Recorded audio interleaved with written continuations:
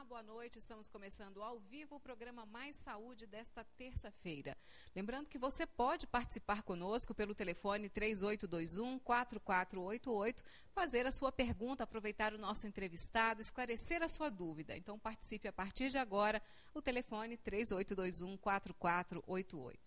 Nós vamos começar o nosso programa de hoje falando a respeito de uma doença muito comum, muito conhecida. Quem ainda não ouviu falar de anemia, com certeza todo mundo já ouviu alguém falar de anemia, já teve anemia, um parente com anemia. Mas a gente vai falar um pouquinho a respeito disso, dessa situação, por que ela acontece, como tratar, enfim, desmistificar um pouco a questão da anemia. Para falar a respeito disso, eu recebo hoje o Dr. Fábio Nascimento, que é hematologista. Dr. Fábio, boa noite, é um prazer ter o senhor aqui conosco. Boa noite, Viviane, boa noite a todos os telespectadores. O prazer é meu poder contribuir para esclarecer as dúvidas dos nossos telespectadores. Muito obrigada. Doutor Fábio, realmente a anemia é muito comum. Todo mundo um dia já ouviu falar em anemia. Por que é uma coisa tão comum assim, doutor Fábio? Bom, em primeiro lugar, Viviane, é importante que a gente conceitue anemia, né? A gente considera anemia quando o indivíduo tem uma diminuição da massa de glóbulos vermelhos total, né? E, consequentemente, da hemoglobina, que seria uma proteína dentro desse glóbulo, né? E as anemias, elas são muito comuns porque elas são de etiologias as mais variadas possíveis, tá? É importante a gente esclarecer isso porque a população tem como conceito que a anemia é apenas falta de ferro, né? Todo mundo com anemia não tem que tomar remédio à base de ferro ou comer melhor. Não é bem assim. Nós temos, evidentemente, as anemias por carência de ferro, de vitamina, B12, ácido fólico, que são as chamadas anemias nutricionais. Mas nós temos uma infinidade de outras anemias. As anemias hereditárias, como a doença falciforme, as talassemias, a esferocitose, a piropoicilocitose, as anemias das doenças crônicas, do lúpus, da artrite reumatoide, as anemias das leucemias, das mielodisplasias, enfim, é uma gama enorme de causas, e daí então as anemias serem tão numerosas. E nós, como infelizmente ainda temos, né, que levar em conta que somos um país ainda subdesenvolvido, apesar dos progressos, nós temos uma população carente que também tem, tá, uma deficiência crônica de ferro, desde a gestante até as crianças no primeiro e segundo ano de vida, né? Então, por essa razão, elas são tão numerosas.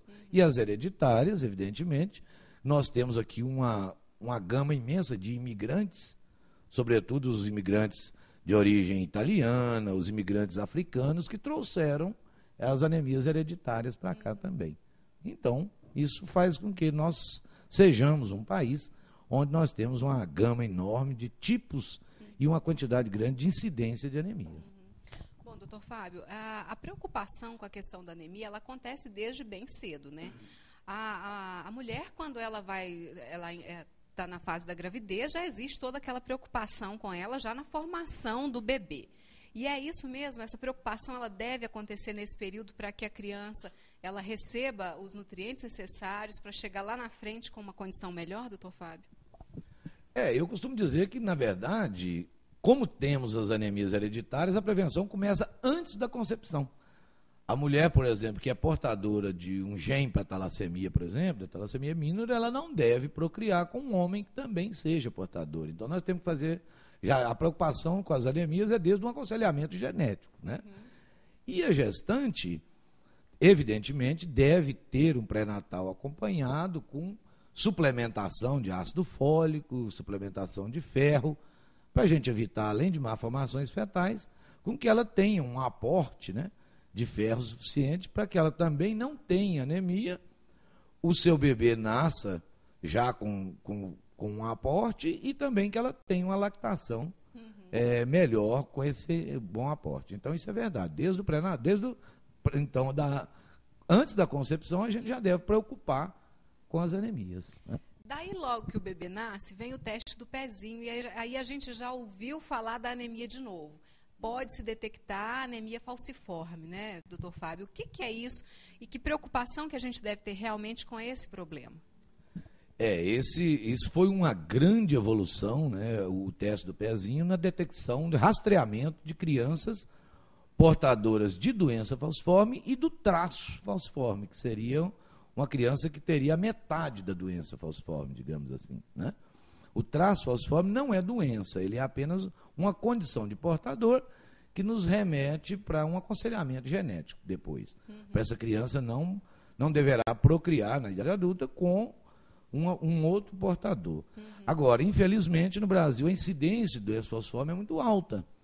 Então, nós no pezinho também detectamos uma certa frequência de doença falciforme, onde os pais têm o traço e a criança já nasce com a anemia hereditária, que é a doença falciforme. E é importante esse segmento precoce, porque essas crianças não tratadas, elas evoluem muito mal, com anemias gravíssimas, crises de dor, infecções graves e uma alta mortalidade nos primeiros 5 anos de vida. Doutor Fábio, a gente vê também falar de maneira muito simples dos sintomas. Estou numa fraqueza, muito sono, estou muito pálido. É isso mesmo? Por aí a gente já percebe que uma pessoa pode ter anemia ou não, doutor Fábio? Sim, nós temos que levar em conta os graus de anemia. É claro que as anemias leves geralmente até são assintomáticas, seria uma hora boa da gente detectá-las, né? Mas, infelizmente, muitos pacientes chegam para a gente já com anemias graves, moderadas a graves, onde eles são realmente sintomáticos, desde fraqueza, falta de ar, perda de memória, taquicardia, enfim, uma série de sinais e sintomas que poderiam nos remeter a um diagnóstico de anemia. Claro que descartar também outras causas, né? Tem inúmeras doenças que cursam com esses tipos de sintomas, mas a anemia, evidentemente, entra no diagnóstico diferencial. Saber do diagnóstico da anemia é fácil, doutor Fábio. Normalmente, enquanto a gente faz um check-up, por exemplo, se a gente faz regular, a gente pode saber como é que está o nível da hemoglobina, como é que está essa situação, se a gente tem anemia ou não. É fácil, doutor Fábio? É muito simples. Infelizmente, as pessoas, às vezes, chegam para nós num estágio já avançado, sendo que isso era totalmente desnecessário. É uma pessoa que faz seus exames regularmente, e aqui vale um lembrete, né?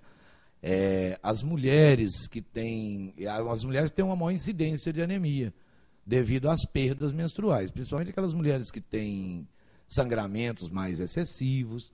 Elas têm que ficar atentas, porque elas invariavelmente chegarão, depois dos 30, 35 anos, com uma certa deficiência de ferro.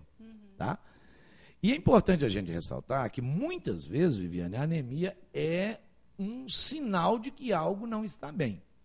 Vou dar um exemplo. Ela pode ser um sintoma, então, de uma outra doença. Exatamente, assim como uma febre. Às vezes a criança tem uma febre, a mãe leva ao médico e pode ser uma meningite.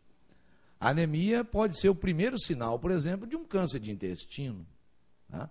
O indivíduo adulto com câncer no intestino, ele tem um sangramento crônico, ele tem uma perda crônica de ferro, e às vezes a primeira manifestação é uma anemia. Então chega para nós temos invariavelmente que ver onde é que esse indivíduo está perdendo o sangue. Tá?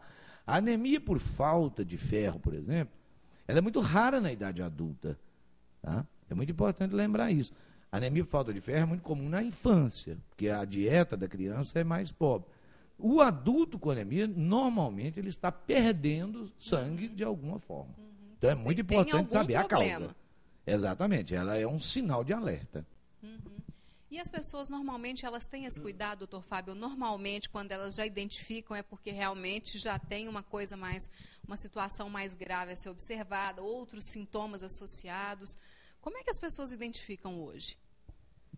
Isso é importante também a gente chamar a atenção. Muitos casos, a pessoa identifica num exame de rotina. O colega médico detecta, opa, você está com anemia aqui. Você não está sentindo? Não estou sentindo nada, doutor. Aí a gente vai investigar, ele já pode estar, por exemplo, com câncer no intestino. Né? Então, ou a mulher com um problema uterino, um mioma grande aí, sangrando cronicamente. Ou então, às vezes a gente detecta a anemia, vai ver a pessoa tem um lúpus, que é uma doença reumática, uma artrite reumatoide, pode até ser uma leucemia, infelizmente, pode também, né? Enfim, nós temos que investigar a causa dessa anemia. É importantíssimo que, diante de um diagnóstico ou uma suspeita, que se faça os exames necessários para determinar por que essa criança tem, ou esse adulto está com anemia. Tá? E só aí instituir o tratamento. E, felizmente, todas, de uma maneira ou de outra, têm um tratamento, mas ele é específico para a causa da mesma. Né? Ok, a gente vai para um rápido intervalo, já já eu volto, a gente vai falar um pouquinho a respeito do tratamento, dos cuidados das pessoas que têm esse problema. Eu volto já já.